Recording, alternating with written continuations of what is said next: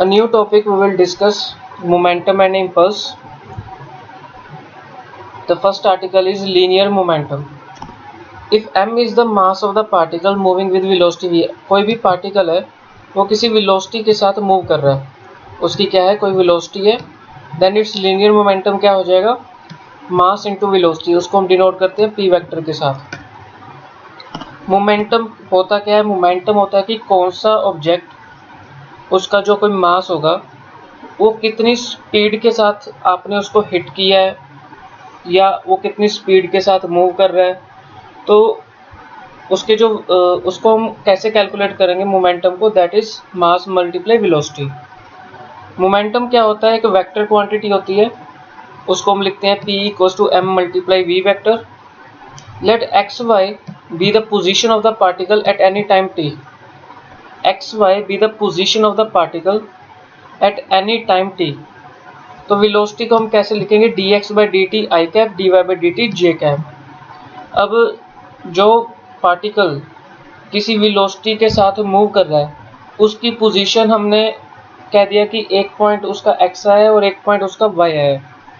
तो वेलोसिटी होता क्या है, डिस्प्लेसमेंट अपॉन टाइम। जब वो x पोजीशन में था तो उसकी वेलोसिटी क्या होगी, dx by d t i cap, ठीक है, हम x एक्सिस पे, और जो उसकी वेलोसिटी y एक्सिस पे होगी dy by d t j cap. तो जे कैप हमने क्यों लगाया, क्योंकि वो y एक्सिस पे था। मोमेंटम क्या होता है, मास इनटू वेलोसिटी। आपने क्या करना है, इस v वेक्टर की इक्वेशन को आपने यहाँ पे सब्स्टिट्यूट कर देना है। जब आप v वेक्टर को यहाँ पे सब्स्टिट्यूट करोगे तो m को जब आप dx by d t i cap के साथ मल्टीप्लाई करोगे तो आपके पास आ जाएगा m dx by d t i cap. m को जब आप मल्टीप्लाई करोगे dy by d t j cap के साथ तो आपके पास आ जाएगा m dy by d t j cap. The components of momentum are, अब आपके कंपोनेंट्स कौन से बन गए, एक हो गया m dx by d T, एक आपके पास आ गया m dy by d T. m dx by d T को आप क्या लिखोगे, px, और m dy by d T को आप क्या लिखोगे, दैट इज py। ये हो गया मोमेंटम और एट पोजीशन x px, और ये py हो गया मोमेंटम एट पोजीशन y। तो px आपके पास क्या आ गया, m dx by d T, और py क्या आ गया, m dy by d T. तो इसमें बेसिकली हमने क्या किया कि मोमेंटम का फॉर्मूला क्या होता है, मास इनटू वेलोसिटी। वेलोसिटी को हमने यहाँ पे लिखा है with the position of the particle at position x and y। Next हमारे पास आर्टिकल है कंजर्वेशन ऑफ लीनियर मोमेंटम। आपको पता है मोमेंटम का फॉर्मूला क्या होता है, mass into velocity. Newton second law of motion क्या कहता है, यहाँ पे आएगा the rate of change of momentum. उसकी जो डेफिनेशन होती है वो होती है the rate of change of momentum is equal to the applied force. वैसे हम इसको बोलते हैं rate of change of momentum is directly proportional to the force applied. ठीक है, मतलब जब आप क्रिकेट ग्राउंड पे आप खेल रहे हो तो आप बॉल को कितनी जोर से हिट कर रहे हो, ये इसके ऊपर डिपेंड करता है कि आपने कितनी फोर्स अप्लाइड की और उस बॉल का मास कितना था और वो किस वेलोसिटी के साथ मूव हुआ। The rate of change of momentum is equal to the applied force. तो उसका फॉर्मूला क्या आएगा, rate of change of momentum क्या हो गया, dp by d t with respect to time के साथ उसकी मोमेंटम में कितना चेंज आया, इक्वल्स टू फोर्स अप्लाइड। अगर पार्टिकल के ऊपर कोई फोर्स एक्ट नहीं हुई है तो dp बाई डी टी क्या हो जाएगा, इक्वल्स टू 0 हो जाएगा। p क्या है, इसको इंटेग्रेट करेंगे विद रिस्पेक्ट टू टाइम, तो p क्या हो जाएगा, ये dp बाई डी टी क्या हो जाएगा, p वेक्टर हो जाएगा, और p होता क्या है, mass into velocity. The linear momentum of particle remains constant. अब आप देखोगे कि इस Newton second law of motion से आपने मोमेंटम की डेफिनेशन कैलकुलेट की है। The linear momentum of A particle क्या हो गया, वो कांस्टेंट है in the absence of applied force. मतलब अगर आपने कोई फोर्स अप्लाई नहीं किया है तो लीनियर मोमेंटम क्या होगा, कांस्टेंट होगा। उसको हम बोलते हैं principle of conservation of linear momentum.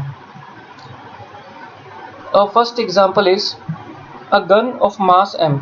एक गन है जिसका मास क्या है, m, fires a shot of mass small m। उसने जो शॉट फायर किया है, जो बुलेट वहां से बाहर निकली है, उसका मास क्या है, स्मॉल m, और कितनी वेलोसिटी के साथ बाहर निकली, दैट इज u। उसने जो फायर किया तो उसकी वेलोसिटी क्या थी, u। Show that the gun receives a recoil and find its velocity. Let v be the velocity of the gun after the shot is fired. जब उसने शॉट फायर कर दिया गन से तो जो शॉट फायर हुआ पहले उसकी वेलोसिटी क्या थी, u, फायर होने के बाद उसकी वेलोसिटी क्या आ गई v। Before the shot is fired both bullet and gun are at rest. जब उसने शॉट फायर नहीं किया था तो बुलेट और गन दोनों क्या थे, रेस्ट पोजीशन पे थे। इनिशियल मोमेंटम क्या होगा, ये किसका है, एम किसका है, बुलेट का। तो बुलेट की वेलोसिटी क्या होगी, क्योंकि वो रेस्ट पोजीशन पे था शॉट फायर होने से पहले। मोमेंटम क्या होता है, मास इनटू वेलोसिटी, तो ये बुलेट की मास हो गया, उसकी वेलोसिटी क्या होगी 0। सेम गन का क्या हो गया, कैपिटल मास एम और उसकी वेलोसिटी 0, तो इनिशियल मोमेंटम क्या आ गया 0। Now considering the gun and shot as one system. अब आपने कंसीडर करना है gun and shot as one system, there is no external force acting on it. इसके ऊपर कोई एक्सटर्नल फोर्स एक्टिंग नहीं हो रही है। Principle of conservation of linear momentum, final momentum equals to 0, उसको इक्वल्स टू 0 अपने करना है। तो क्या होता है इसका formula, m1 u1 equals to m2 v2 equals to 0। ठीक है, m1 mu plus mv equals to 0। By principle of conservation of linear momentum final momentum क्या होगा, फाइनल मोमेंटम क्या होगा इक्वल्स टू 0। तो फाइनल मोमेंटम होता क्या है, इनिशियल मोमेंटम तो 0 आ गया, what is the final momentum, जब शॉट फायर हुआ। तो जब शॉट फायर हुआ, इनिशियल बुलेट की इनिशियल वेलोसिटी तो u थी, और गन का क्या हो जाएगा, कैपिटल M मल्टीप्लाई v। और ये जो mu है ये राइट हैंड साइड माइनस में आ जाएगा, तो v हम वेलोसिटी जो है फाइंड आउट कर लेंगे। नेगेटिव साइन क्यों शो कर रहा है ये, the gun requires velocity of the recoil is m/mu। Recoil का मतलब क्या होता है कि जब हमने शॉट फायर किया तो जो गन होती है वो बैकवर्ड पोजीशन में आती है और जो बुलेट है वो फॉरवर्ड पोजीशन में जाती है। That negative sign comes here because of this. तो ये हमारे पास वेलोसिटी आ गई है। नेक्स्ट हमारे पास एग्जांपल है, a shot leaves the barrel of the gun of mass 50 kilogram with velocity this। A shot leaves the barrel of the gun। जो shot leave हुआ है जब उसने शॉट फायर किया तो उसका जो मास था वो क्या था 50 किलोग्राम, और वेलोसिटी कितनी स्पीड के साथ वो बाहर निकली। If the gun requires with a speed of 5 metre per second find the mass of the shot. M क्या हो गया, mass of the shot. Before the shot is fired, पहले वो रेस्ट पोजीशन पे हो गए तो इनिशियल मोमेंटम तो 0 हो जाएगा। नाउ कंसीडर आपने करना है gun and shot as one system, there is no external force acting on it. Principle of conservation of linear momentum, final momentum equals to 0। ये सेम फर्स्ट क्वेश्चन की तरह ही है। इनिशियल वेलोसिटी क्या थी जब उसने फायर किया, mu जब फायर हुआ 50 मल्टीप्लाई -5 जब gun requires with the velocity, जब गन फायर करता है तो गन जो होती है बैकवर्ड पोजीशन में आती है। ठीक है, जब वो गन फायर करता है तो वो क्या होती है, बैकवर्ड पोजीशन में आती है, तो वो माइनस में आएगा। तो यही हमने फर्स्ट एग्जांपल में करा है, माइनस में था वेलोसिटी। तो आपने मास फाइंड आउट करना है, तो m जब आप इसको सॉल्व करोगे तो आपके पास आ जाएगा 2 kilogram. Third example is a 250 kilogram gun, gun का मास दिया हुआ है, मास ऑफ शॉट दिया हुआ है 2 kilogram.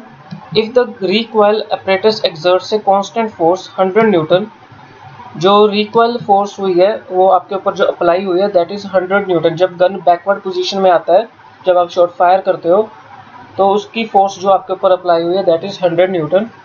And the gun moves back 0.8 metre, उसका गन जो है कितने मीटर डिस्टेंस पे मूव हुई है backward, 0.8 metre. Calculate the muzzle speed of the shot, आपने देखना है कि मजल स्पीड ऑफ द शॉट कितनी थी, speed velocity. F be the retardation आएगा क्योंकि retardation produced by the recoil apparatus। F क्या होता है, दैट इज 100, फोर्स क्या होता है मास इनटू एक्सेलरेशन। रिटार्डेशन क्या होगा आपके पास, जो फोर्स अप्लाई हुई है divided by mass of the gun, तो आपके पास रिटार्डेशन आ जाएगी 2/5 metre per second square. V with the velocity of the gun immediately, v आपने फाइंड आउट करना after the shot is fired. Distance आपको दिया हुआ है 0.8 मीटर, डिस्टेंस आपको गिवन है 0.8 मीटर, ये आ जाएगा 8/10 मीटर। तो आपने क्या फॉर्मूला लगाना है, v² - u² equals to 2as। Retardation है तो रिटार्डेशन तो माइनस में आएगी, यहाँ आप वैल्यू सब्स्टिट्यूट कर दो। डिस्टेंस आपको गिवन है v² - u²। ठीक है, तो ये आपके पास आपने एक तो 0 सब्स्टिट्यूट करना है, फाइनल वेलोसिटी ये आपके पास आ जाएगा, u आ जाएगा 4/5 मीटर पर सेकेंड। ये आपके v square minus u square equals to 2as का फॉर्मूला लगा के आपके पास वेलोसिटी आ जाएगी। Late u be the muzzle speed of the shot. Principal of conservation of momentum क्या कहता है, ये क्या होता है, मास ऑफ द बुलेट जो फायर हुई है वो गिवन है, u कितनी स्पीड है हमें पता नहीं है, 250 मास ऑफ द गन मल्टीप्लाई -4/5, -4/5 जो ये आपके पास आया है वेलोसिटी जो आपने यहाँ पे कैलकुलेट की है, ठीक है। तो आपके पास u आ जाएगा इसको सॉल्व करके, तो मजल स्पीड आपके पास आ जाएगी 100 मीटर पर सेकेंड। ये जो वेलोसिटी फाइंड आउट हुए दैट इज फॉर गन के लिए आपने फाइंड आउट की है, वेलोसिटी ऑफ द गन, क्योंकि रेस्ट पोजीशन पे जब वो होता है तो 0 होती है, तो वेलोसिटी ऑफ द गन आपने भी फाइंड आउट करनी थी, तो v आपके पास आ जाएगा 4/5 मीटर पर सेकेंड। तो मजल स्पीड आपने कैलकुलेट कर ली by the principle of linear momentum that is 100 metre per second. Next question same है, एग्जाम्पल 4 वो आपने खुद करना है। उसके बाद हम करेंगे example 5। Bullet of mass 5 gram, bullet का मास है 5 ग्राम, इसको किलोग्राम में कन्वर्ट किया, is fired into a target with a velocity of 625 metre per second. ये फायर हुआ है विद ए वेलोसिटी उसकी दी हुई है 625 metre per second. The mass of the target is 7.5 kilogram, जहाँ पे उसने फायर होना है जिस टारगेट पे उसका मास है 7.5 kilogram, and it is free to move, और वो फ्री टू मूव है। Find the loss of kinetic energy by the impact. जब वो फायर होगा इस टारगेट पे तो उसकी काइनेटिक एनर्जी में कितना लॉस आएगा। मास ऑफ बुलेट आपको गिवन है 0.005 किलोग्राम आ जाएगा, मास ऑफ टारगेट भी गिवन है, velocity of bullet before impact उसकी वेलोसिटी आपको गिवन है 625 metre per second, velocity of target after impact that is जब यहाँ पे वो टारगेट होगा तो उसकी वेलोसिटी क्या हो जाएगी, 0 हो जाएगी। v भी the velocity of compound body of the mass, total mass कितना हो गया जब ये इनका जब फायर होगा that is 7.505 kilogram. Principle of conservation of momentum क्या हो जाएगा हमारे पास, that is capital M V, that is capital M total mass and total velocity, ठीक है, इक्वल्स टू ये हमारे पास मास बुलेट का है और बुलेट की वेलोसिटी, इसका मास हो गया ब्लॉक का और इसकी वेलोसिटी हो जाएगी 0, ये हो जाएगी total mass equal to velocity multiply velocity, तो यहाँ पे हमारे पास वेलोसिटी आ जाएगी। ये आपको फॉर्मूला पता होगा, प्रिंसिपल ऑफ कंजर्वेशन मोमेंटम का फॉर्मूला क्या होता है, m1 v1 equals two plus m2 v2, ये आपके पास m2 v2 equals to mv होता है, total mass into total velocity, ये वेलोसिटी हो जाएगी इसकी। तो v आप यहाँ से फाइंड आउट कर लो, ठीक है। The bullet and the target both move with the speed of this, जो बुलेट एंड टारगेट दोनों जो मूव करेंगे आफ्टर इम्पैक्ट, जब वो फायर हो जाएगा उस टारगेट के ऊपर तो उसकी वेलोसिटी होगी ये।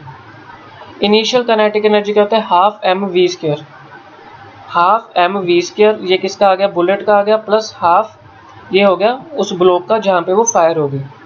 तो जब आप इसमें वैल्यू सब्स्टिट्यूट करोगे तो आपके पास इनिशियल काइनेटिक एनर्जी आ जाएगी। तो अगर फाइनल काइनेटिक एनर्जी कैसे कैलकुलेट करें, टोटल मास और टोटल स्पीड जो उसकी फायर होने के बाद आफ्टर द इम्पैक्ट जो होगा तो आपके पास आ जाएगा 0.6 joules. Loss of kinetic energy क्या आएगा, इसमें से माइनस कर दो final kinetic energy minus initial kinetic energy, तो आपके पास आ जाएगा 975.9 जॉल्स। नेक्स्ट हमारे पास एग्जांपल है 6। A ball of mass 50 gram, ball का मास दिया हुआ है 50 ग्राम, इसको किलोग्राम में कन्वर्ट कर लेना with the velocity of moving, move कर रहा है with the velocity 15 kilometre per our, इसको मीटर पर सेकंड में आप कन्वर्ट करो, किलोमीटर मल्टीप्लाई 1000, आवर्स में 60 मल्टीप्लाई 60।